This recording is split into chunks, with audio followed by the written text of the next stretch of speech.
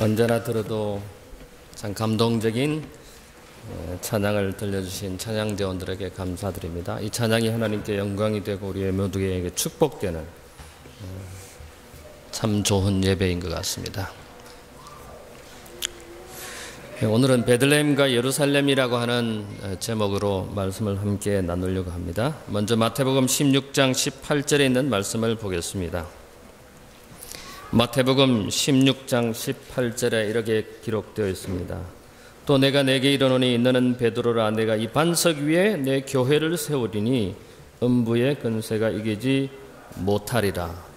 지난 주말에 저희 교회 창립 40주년 기념 음악회와 또 감사 예배를 드리면서 많이 생각한 단어가 교회라고 하는 단어였습니다. 특별히 지금 카스타 미주 교회 웹사이트나 또는 유튜브나 또는 저희 교회 페이스북 공식 페이지에 저희 교회의 찬양 예배나 또는 축하 영상들을 업로드 시켜서 많은 분들이 보고 있습니다. 수백 명이 보고 있고 어떤 것은 제가 어제 확인하니까 500명이, 어떤 것은 300명 이렇게 여러분이 많이 본 흔적을 보았습니다. 그리고 또 여러분들이 저에게 텍스트 메시지나 또는 댓글로 축하한다고 하는 그런 내용이었고, 제가 감동적인 것은 어떤 분은 스승님이시고 어떤 분은 상관이셨고 어떤 분은 안수 목사로서의 선배이지만은 또 인생은 연륜으로 따니면 제가 좀 나이가 조금 많음에도 불구하고 그런 분들의 축하 영상을 보면서 마음에 큰 감동을 받았습니다. 의례적인 축하 영상이 아니다라는 것을 피부로 많이 느꼈습니다. 진정 마음에서 우러나오는 감사와 축하 영상 메시지에 보내주신 것에 대해서 제가 감동을 많이 받으면서 도대체 앤드루스 한인교회, 교회라고 하는 것이 어떤 곳인가? 그분들이 우리 성도들에게 감사를 표현하고 또 이 교회가 계속해서 발전해 가기를 바라는, 염원하는 그런 영상 메시지를 보면서 이 교회가 베들레헴과 예루살렘과 같아야 된다라는 생각이 들었습니다. 그래서 오늘 설교 제목을 베들레헴과 예루살렘이라고 하는 제목을 정했습니다. 여러분, 베들레헴 하면은 생각나는 게 뭡니까? 예? 떡집이라고 그랬습니까? 베들레헴 하면 떡집이라고 이렇게 말씀하셨습니다. 또 베들레헴 하면 어떤 단어가 이렇게 탁 팝업됩니까? 예? 예수님이 태어나신 동네입니다. 베들레헴. 사실 이 베트라고 하는 단어는 집입니다. 그 다음에 레헴에는 떡, 음식, 식사 이렇게 하는 것입니다. 그래서 사실 이 베들레헴에는 떡집이라고 하는 것인데 이 앤드루스 한인교회가 떡집이 아닌가 저는 그런 생각을 많이 했습니다.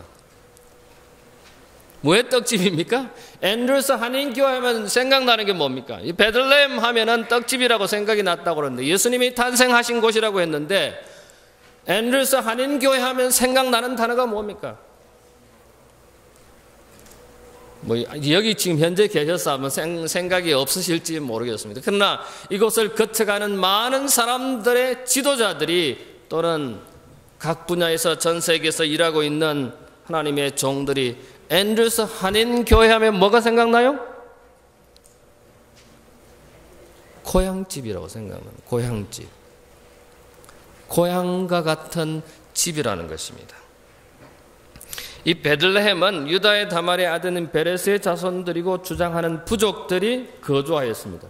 그 가운데 그 자손들 가운데 보아스가 있었고 이새가 있었고, 이새는 누굽니까? 다윗의 아비입니다. 다윗의 자손에서 누가 태어났습니까? 예수님이 탄생한 장소입니다. 베들레헴. 예루살렘으로 남쪽으로 약 8km 떨어진 유다의 성읍지역인데 고원지대에 언덕 위에 있었던 곳입니다. 야곱의 아내 라헬이 묻힌 곳이고 다윗의 출생지고 예수님의 출생지라는 것은 우리가 너무나 잘 압니다. 예수님 이전에 이 베들레헴의 역사적 변천을 보면은 베들레헴은 예루살렘 땅에 있는 성읍이었습니다. 그래서 성경 창세기 35장 19절에 보면은 이 베들레헴의 언급을 하고 있는데 그것은 라헬이 묻힌 곳으로 언급하고 있습니다. 주변 성읍들의 유다 지파의 중심지가 되는 것이 이곳이었습니다. 처음에는 뭐 한 200~300명 있지만 지금은 한 15,000명 이상이 살고 있는 도시가 베들레헴입니다. 다윗이 사무엘이 다윗 왕에게 기름 부은 받은 장소가 이것이고 하나님 예배의 중심지였습니다. 예수님 이후에 역사적 변천을 보면 미가서 5장 2절에 예수님의 출생한 것을 기록하고 있고 미가의 예언으로 이 도시의 위대함이 후대 역사에 대단한 영향을 미치게 됩니다. 현대 베들레헴은 1948년 이전까지는 베들레헴은 다수가 기독교인 도시였습니다. 제가 아까 말씀드린 것처럼 처음에 옛날에는 몇백 명밖에 없지만은 1948년 당시에 이스라엘 국가가 형성되는 그때는 약 8,000명의 주민이 살았습니다. 주민 중 75%가 기독교인, 6,000명이 기독교인이어 있고 나머지는 모슬렘 교인들이었습니다. 1967년 6.1 전쟁 후에 전투 없이 이스라엘 군대가 이 베들레헴을 관할하게 되었고 이 베들레헴은 이스라엘의 실제적인 수도로 자기들은 주장합니다. 유태인들은 이 베들레헴을 그렇게 주장합니다. 그런데 전 세계적으로 행정적으로는 그렇게 되고 있지는 않습니다. 1967년 그 6.1 전쟁 후에 14,439명 중 46.1%가 기독교인이었고 약 6,231명, 그 다음에 모슬렘이 58.2%였습니다. 그래서 이 베들레헴에 보면은 이 종파들이 기독교도 있고 유태교도 있고 동방정교도 있고 로마 카톨릭도 있고 그거는 로마 카톨릭과 동방정교입니다. 그래서 이 베들레헴과 예루살렘, 좀 이따 예루살렘에 대해서 사실 보겠습니다만은 베들레헴과 예루살렘의 관계를 보면은 경제적, 사회적 매우 밀접한 관계를 가지고 있습니다. 1968년에 농업, 상거래, 관광, 올리브 숲이 조성되는 그런 관계를 예루살렘과 관계를 가지고 있습니다. 그런데 이 베들레헴에 대해서 자세히 언급되는 곳이 성경 어디인가요? 베들레헴에 대해서 성경에서 자세히 언급되는 역사적 배경이 되는 성경책은 룻기서입니다.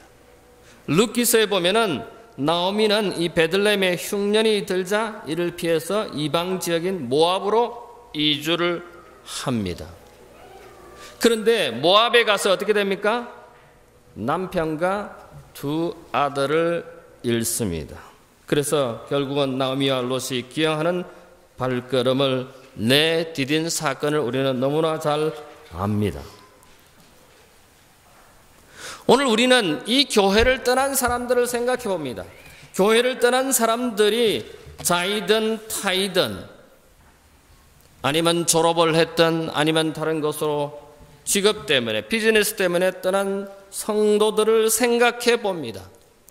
나오미는 그 베들레헴에서 흉년이 들어서 더 이상 버티기 힘들어서 이방 지역 모압으로 이사 갔다가 그곳에서 모든 것을 잃습니다. 그리고 자부들과 함께 다시 돌아옵니다. 베들레헴은 예수님이 태어나셨고 떡이 있는 떡집이었습니다. 이곳을 거쳐가는 많은 사람들이 댓글이나 저에게 이야기하기를 앤드루스 한인교회에서 성도들의 그 따뜻한 음식을 잊을 수 없다는 것입니다. 고향집과 같은 그런 성도들, 고향집과 같은 교회들을 잊을 수 없다는 것입니다. 의례적으로 하는 말이 아님을 제가 피부로 느낍니다. 현재 앤드루스 한인 교회는 그런 고향집과 같은 따뜻한 떡이 매주 공급되고 있는가? 예수님께서 베들레헴에서 태어나셔서 그곳에서 어린 시절을 보내고 성장해서는 부모님의 가업을 돕는, 부모님에게 순종하는 그런 것을 우리는 너무나 잘 알고 있습니다. 교회증언 6권 358쪽 359쪽에 보면은 이 베들레헴의 이야기를 자주 자녀들에게 들려주라는 것입니다. 베들레헴이 어떤 이야기입니까? 아름다운 이야기입니다. 아름다운 이야기가 뭡니까? 예수님이 어렸을 때 부모님에게 순종하고 커서는 청년이 되어서는 부모님의 생계를 돕는, 가족의 생계를 돕는 그런 이야기를, 충실한 면을, 근면한 모습을 우리 자녀들에게 끊임없이 반복해서 이야기 들려주라고 하는 것입니다. 예수님은 청년들의 시련과 곤혹과 시험을 겪으셨기 때문에 우리 청년들의 시련과 곤혹과 시험을 아신다는 것입니다. 그래서 우리 청년들이, 어린아이들이, 우리 젊은 사람들이 소망을 가지고 기쁨을 가지고 살아갈 수 있도록 도움을 줄 수 있는 분이 예수님이라고 하는 사실을 우리 자녀들에게, 우리 청년들에게 끊임없이 계속해서 이야기하라고 하는 것이 영감의 글의 분부입니다. 미가서 5장 2절에 보면 이스라엘을 다스릴 자가 여기서 나온다고 했습니다. 여러분, 이 앤드루스 한인교회에서 수많은 인재들이 배출되었습니다. 지난번에 우리가 영상을 보아서 아시듯이 지회장님도, 총장님이 여러 분 나오셨고, 교수들도 많고, 목사님들도 많고, 의사들도 많고, 변호사들도 있고, 많은 지도자들이 배출되었습니다. 물론 엄밀히 따지면 앤드루스 유니버시티, 대학을 통해서 나왔지만 6일 동안 공부하고 주말에 고향 교회와 같은, 어머님의 품과 같은 이 앤드루스 한인 교회에 와서 위로를 얻고 희망을 되찾고 힘을 되찾는 그런 따뜻한 교회가 이 앤드루스 한인 교회 아니었습니까? 시대의 소망 47쪽에 보면 이 베들레헴의 언덕에는 셀 수 없는 수많은 천사가 왔다고 그래요. 이 앤드루스 한인 교회에 수많은 셀 수 없는 천사들이 수없이 오고 간다는 생각이 듭니다. 제가 PUC에 공부할 때 외부에서 손님들이 오면은 그 앵긴의 맨 아래쪽에 보면 엘렘스 헤븐이 있습니다. 엘렌 화이트 여사께서 돌아가시기 전에 십몇 년을 그곳에서 사시고 이게 집회를 하신 장소인데, 저는 그곳에 갈 때마다 그 화이트 여사의 방을 들어갈 때마다 제 자신을 다시 정결하게 하려고 애를 썼습니다. 왜냐하면 그 장소는 화이트 여사께서 그 방에 거주하실 때 천사들이 그 창문을 오르락 넘나들었다고 하는 것입니다. 저는 이 앤드루스 한인 교회에 하늘의 천사들이 들락날락하는, 실제적으로 천사들이 들락날락하는 교회가 되었으면 참 좋겠습니다. 문서선교 257쪽에 보면 목자들이 베들레헴 언덕 위에서 그들의 양떼를 지키고 있는 동안 하늘에서 온 천사들이 그 목자들 곁에 있었다고 기록하고 있습니다. 오늘 이 앤드루스 한인 교회에 하늘의 천사들이, 오늘 이 예배 성전에, 오늘 우리의 점심 먹는 시간에, 오늘 이 앤드루스 한인 교회 모든 활동의 프로그램에 우리 개개인의 성도들에게 천사들이 함께 있게 되기를 바랍니다. 천사들이 즐겨 오기를, 천사들이 즐겨 우리와 함께 보내기를, 시간 보내기를 원하는 그런 장소, 그런 성도들이 되기를 간절히 바라 봅니다. 베들레헴 떡집, 유학 오신 우리 유학생들은 앤드루스 한인교회에 오셔서 점심을 먹습니다. 어떤 때는 토요일 저녁에도 먹고, 어떤 때는 먼 여행길에 갔다가 다시 베린 스프링스로 돌아올 때 제일 처음 보는 건물이 앤드루스 한인교회입니다.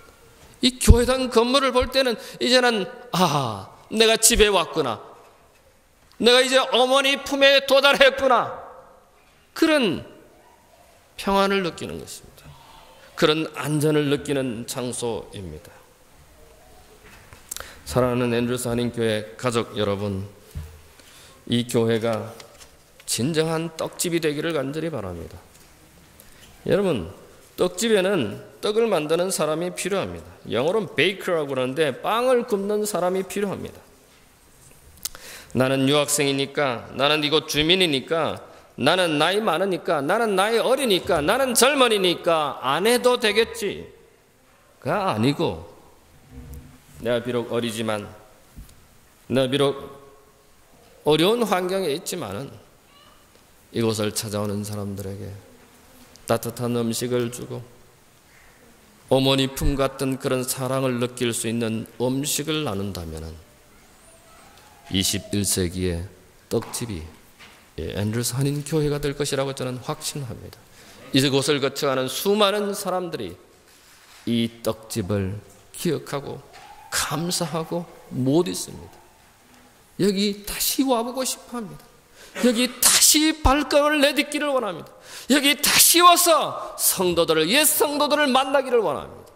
심지어 삼육대학 총장하시고 지금 은퇴하신 어느 목사님은 앤드루스 대학을 졸업하지 않아서 이곳에 와보지 못했어요. 근데 그분이 하시는 말씀이 내 평생 소원은 앤드루스 한인교회 와서 설교하는 거라고 했습니다. 근데 그분 아직도 못 오셨어요. 저에게 그런 권한이 있으면 당장 그분을 초청하고 싶어요. 얼마나 오고 싶으면. 그럼 목사님뿐만 아니라 삼대학 교수님들도 이 앤드루스 캠퍼스에 앤드루스 한인교회에 오고 싶어하는, 방문하고 싶어하는 사람들도 많다는 말을 들었습니다. 어떤 분은 제가 오지 말라고 그렇게 설득했는데도 12월 달에 부부가 온답니다. 보러 온대요. 뭐 하려고 돈 소비하면서 오느냐고. 그래도 온대요. 우리는 얼마나 특권입니까? 여기 와 앉아 있으니, 캠퍼스를 마음대로 걸어 다닐 수 있으니 얼마나 특권입니까? 그들에게 있어서 앤드루스 한인교회는 떡집이었습니다. 떡집은 떡이 있어야 되고 떡을 만드는 사람이 있어야 됩니다. 떡을 만드는 사람만 있어도 안 돼요. 떡집에는 뭐예요? 떡을 나눠주어야 되고 떡을 함께 떼어야 합니다. 이 집이, 이 교회가, 이 베들레헴이 진정한 떡집이 되기를 간절히 바래 봅니다. 제가 이 교회 창립 40주년의 행사를 하면서 또 다른 단어는 예루살렘이라고 하는 단어였습니다. 떡집, 떡집과 베들레헴과 예루살렘은 어떤 의미가 있을까? 교회란 어떤 곳인가? 교회는 어떤 곳인가? 저희 교회를 담임하고 있기 때문에 고민이 많아요. 수없이 찾아오는 손님들, 유학 오신 목사님과 전도사님들, 또 이곳에 거주하고 있는 거주민들에게 어떻게 하면 훌륭한 떡집이 될 수 있을까? 훌륭한 고향집과 될 수 있을까? 어떻게 하면 따뜻한 장소가, 어머니 품 같은 장소가 될 수 있을까?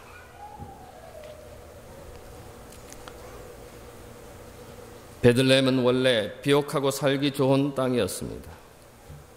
나오미는 그곳에서 엘리멜렉이라고 하는 남자와 결혼을 했습니다. 그런데 아들 둘을 낳고 잘 살다가 큰 흉년이 들어서 어쩔 수 없이 이방 나라 모압으로 떠납니다. 흉년을 피해서. 당장 먹고 살기가 힘드니까 식솔들을 데리고 외국 땅 모압 땅으로 이사를 갔습니다마는 모압 땅은 하나님을 섬기지 않는 우상이 많은 땅이었습니다. 그래서 그래도 살기 좋아 보니까, 그래도 음식이 있으니까 그 땅으로 이주를 했습니다. 이주하는 때부터 이 가정의 먹구름이 시작됩니다. 남편이 죽습니다. 두 아들이 죽습니다. 살 길이 막막합니다. 근데 소문을 들으니까 고향 땅 베들레헴에 하나님의 은혜가 풍족했다고 하는 소식을 듣습니다. 그래서 다시 고향 땅으로 돌아옵니다. 여러분, 이 앤드루스 한인교회에 오고 싶어하는 사람이 지도자들 뿐만 아닙니다. 학교를 졸업한 학생들이 이제는 어엿한 어른이 되어서, 청년이 되어서 이곳에 오고 싶어합니다. 다녀가기를 원합니다. 제가 교회 대학들이 있는 곳에 가보면은 앤드루스 한인교회 가보고 싶다고 말해요. 자녀들을 앤드루스 대학에 보내기를 원해요. 그래서 실제로 보내요. 그래서 저기 영어권에 있는 청년들의 반이 목회자잖아요. 목회자들한테 제 많은 이야기를 듣습니다. 무슨 이야기를 듣냐? 이 목사님, 우리 아들 갔는데 우리 딸 갔는데 잘 부탁해요. 근데 죄송하지만은 제가 다 기억 못해요. 여기도 우리 목사님 자녀들이 있습니다. 다 못해요. 그러나 고향 교회와 같은, 아버지 어머니가 계시는 교회 같은 교회가 이 앤드루스 한인 교회입니다. 찾아오는 젊은이들에게, 외국인들은 왜 찾아오느냐? 아니, 자기들 교회 있는데 말이에요. 자기 나라, 자기 민족 교회인데 왜 한국 교회 오는 거예요? 왜 와요? 이 교회가 더 어머니 교회 같다는 겁니다. 이 교회가 더 따뜻한 교회라는 것입니다. 이 교회가 자기 고향 교회 같다는 것입니다. 이 교회가 아버지 어머니가 계시는 교회 같다는 것입니다. 고향으로 돌아온 나오미와 룻은 룻기 1장 22절에 보면 나오미가 모압 지방에서 그의 며느리 모압 여인 룻과 함께 돌아왔는데 그들이 보리 추수 시작할 때 베들레헴에 이르렀더라. 고향은 어떤 곳인가? 신앙의 고향은 어떤 것인가? 교회는 고향입니다. 다시 고향으로 돌아온 사람들, 이 교회를 그리워하는 떠난 사람들, 이 교회로 다시 돌아오기를 원하는 사람들, 이 교회 근처에서 살고 싶어하는 사람들, 그런 교회가 앤드루스 한인 교회가 되기를 바랍니다. 그런 성도들이, 앤드루스 한인 교회 성도들이 되기를 바랍니다. 하나님이 원하시지 않던 곳에서 먼 떡집, 노래하는 곳인 베들레헴으로 돌아왔습니다. 이 고향 교회로, 고향으로 돌아온 이 나오미의 가정은 그때부터 좋은 일이 생깁니다. 베들레헴은 교회를 상징합니다. 교회는 생명의 떡인 말씀이 풍부하고 찬양이 찬미가 넘치는 곳이기 때문입니다. 베들레헴으로 돌아온 나오미의 가족에 어떤 일이 일어납니까? 첫 번째, 며느리 룻이 결혼을 합니다. 룻기 4장 13절에 보면 보아스가 룻을 취하여 아내를 삼고, 결혼하면 뭐 합니까? 잔치합니다.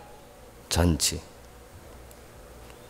교회는 늘 잔치가 베풀어져야 합니다.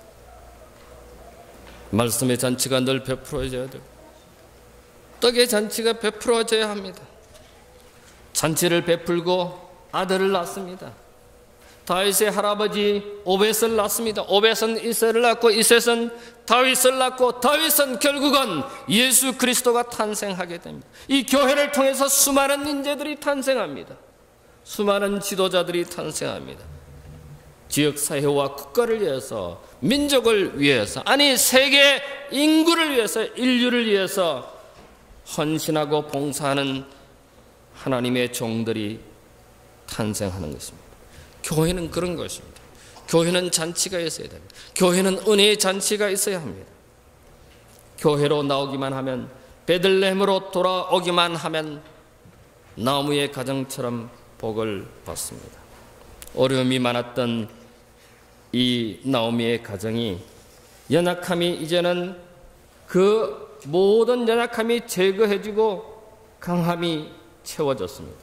룻기 1장 6절에 보면 그 여인이 모압 지방에서 여호와께서 자기 백성을 돌아보시사 그들에게 양식을 주셨다 함을 들었으므로 이에 두 자부와 함께 일어나 모압 지방에 돌아오려 하여. 가족의 불행이 남편 엘리멜렉이 죽고 나오미와 그 두 아들이 남았지만은 두 아들이 죽고 손자가 없어요. 대를 이을 혈육이 없는 겁니다. 우리들은 일주일 동안, 아니 지난 여세 동안 세상에 열심히 살다가 지친 육신과 영혼으로 이 교회에 옵니다. 저는 제 개인적으로 금요일에 교회할 때, 물론 주중에도 교회를 옵니다마는 금요일에 교회 올 때, 안식일에 교회 올 때 그냥 이 날이 계속되었으면 좋겠다, 그냥 이것이 하늘이었으면 좋겠다고 늘 생각합니다. 모든 고민과 모든 스트레스를 떨쳐버릴 수 있는 앤드루스 한인교회 금요일 예배, 안식일 예배, 지친 저에게 성도들의 밝은 모습을 볼 때 위로가 되고 용기가 되고 힘이 되고 교제를 통해서 회복이 있고 기도를 통해서 풍성한 치유를 가져다 주는 것이 이 교회입니다. 교회는 피난처입니다. 교회는 노아 봉제와 같은 곳이기 때문입니다. 교회는 세상의 모든 문제로부터 안전한 곳이기 때문에 실질적으로도 안전한 장소입니다. 교회라는 떡집에 붙어 있기만 하면 하나님께서 우리를 풍성하게 해 주신다고 저는 확신합니다. 아무리 흉년이 와도 우리는 회복됩니다. 하나님의 나라에 이를 때까지, 우리 주님이 이 땅에 오셔서 우리를 하늘에 데려가는 그 순간까지 하나님의 은혜의 잔치가 계속되기를 간절히 바랍니다. 저주의 땅 모압에 있다가 풍성한 떡집 베들레헴으로 돌아온 이후부터는 인생이 술술 풀렸던 나오미의 가정처럼 이 교회에 나와서 함께 예배드림으로 우리의 인생의 문제가, 우리의 비즈니스의 문제가, 우리의 가정의 문제가, 우리의 자녀 문제가, 우리의 그 어떤 관계의 문제도 해결되는 앤드루스 한인 교회가 되기를 간절히 바랍니다. 앤드루스 한인 교회는 떡집입니다. 떡을 만드는 이들이 필요합니다. 많은 떡이 생산되고 공급되어지는 교회가 되기를 간절히 바랍니다. 그래서 떡이 되신다는 복음이 이 떡집을 통하여 전 세계 전파되기를 바랍니다. 이 교회의 할 일은 당장은 우리가 힘들지만은 찾아오는 사람들에게 떡을 나누고 떡을 함께 나누고, 그런 일이 우리에게는 좀 어렵다 생각할는지 모르지만은 이 떡을 먹은 하나님의 자녀들이 세계 방방 곳곳에 가서 하나님의 일을 할 수 있는 하나님의 인재를 길러내는 교회가 된다고 하는 사실을 우리는 다시 한번 확인해 봅니다. 교회를 극히 사랑하는 마음과 생활이 아버지와 어머니로부터 아들과 딸에게, 그리고 손자, 손녀에게 대대로 이어지고 있습니다. 저는 이 앤드루스 한인 교회 건물이 이기적 공간만이 아니게 되기를 바랍니다. 다시 말씀드려서 우리만 예배드리고 우리만 떡을 떼고 우리만 뭔가 혜택을 누리는 것이 아니라 나눔의 장소가 되고 이타적인 공간이 되고 하나님의 은혜의 잔치를, 하나님의 축복을 다른 사람들에게 나누어 주는 그런 장소와 그런 성도들이 되기를 간절히 바랍니다. 예수 그리스도는 자신을 가리켜 생명의 떡이라고 말씀하셨습니다. 요한복음 6장 35절에 내게 오는 자는 결코 줄이지 아니할 것이라고 했습니다. 이 앤드루스 한인 교회를 찾는 모든 자들에게 그런 따뜻함이, 그런 떡의 나눔이, 그런 은혜의 잔치가, 그런 축복이 나누어지는 교회가, 장소가, 떡집이 되기를 간절히 바랍니다. 하나님께서 이 앤드루스 한인 교회를 지금까지 지켜주시고, 어제 저녁에 제가 선교부에서 설문지한 그 내용을 보면서 많은 생각을 하게 되었습니다. 제가 걱정하는 면도 여기에 자세히 나왔어요. 그래서 내가 더 이상 말을 안 하겠지만 예전에 해야 되겠다는 생각이 들었습니다. 이 교회가 나눔의 교회가 되어야 됩니다. 찾아오는 사람들에게 사랑을 나누는 교회가 되어야 합니다. 그래서 세상 곳곳에서 떡을 굽고 떡을 나누다가 우리의 영원한 고향 하늘에 가는, 예수님께서 오셔서 우리를 영원한 고향 하늘에 데려가는 그때까지, 아니 그때에 우리 모두가 주님과 함께 하늘에 가는 베들레헴, 모든 사람의 고향이 되는 예루살렘, 앤드루스 한인교회가 되기를 간절히 바라면서 다가오는 한 주일에 하나님께 감사하는 그런 주간이 되기를 바랍니다. 추수감사절이 이제 눈앞에 와 있습니다. 추수감사절은 제가 다만실에 그것을 언급하려는지 모르겠습니다만은 가장 어려운 상황에 하나님께 감사하는 것을 기념하여서 추수감사절이 되었습니다. 사람들은 이주해 오면서 반 이상이 죽고, 그 다음에 와서 너무 어려워서 사람들이 병들어 죽고, 농사도 잘 안 되고, 그런 극한 상황에, 그런 어려운 상황에 우리가 하나님께 감사하는 주간을 만들자. 그래서 감사하는 그것이 추수감사절의 전례입니다. 그래서 추수감사절은 옥수수를 먹고, 요즘 보니까 야생 터키가 있던데 터키를 먹고, 감자를 먹고, 우리가 한 주일 동안 어쩌면 우리 가족들 가운데 병 때문에, 자녀 문제 때문에, 건강 때문에, 혹은 비즈니스 때문에 아주 힘들어하고 있는 우리 가족들이 있는 것 같습니다. 그런 걸 생각하면 저도 담임 목사로서 참 가슴이 아픕니다. 이런 어려운 시절에 다시 우리의 생각을 주님께로 향하고, 내 오늘 살아있는 것에 대해서, 내 오늘 이 아름다운 교회에 참석해서 함께 예배 드릴 수 있는 것에 대해서, 나의 앤드루스 대학 캠퍼스에 있는 것에 대해서 감사하는 한 주간이 되기를 바랍니다.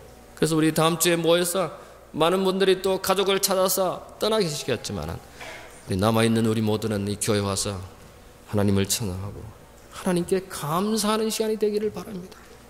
오늘 내가 이렇게 살아있는 것은, 오늘 내가 이렇게 서 있는 것은, 오늘 내 두 눈이 볼 수 있고 두 팔이, 두 다리가, 몸이 건강한 것은 하나님의 은혜입니다.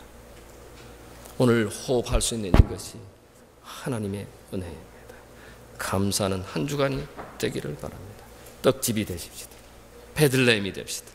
예루살렘이 되십시다. 하나님의 은혜가 우리 모든 가족들에게 다가오는 한 주간에도 함께 하시기를 간절히 바라면서 말씀을 마치겠습니다.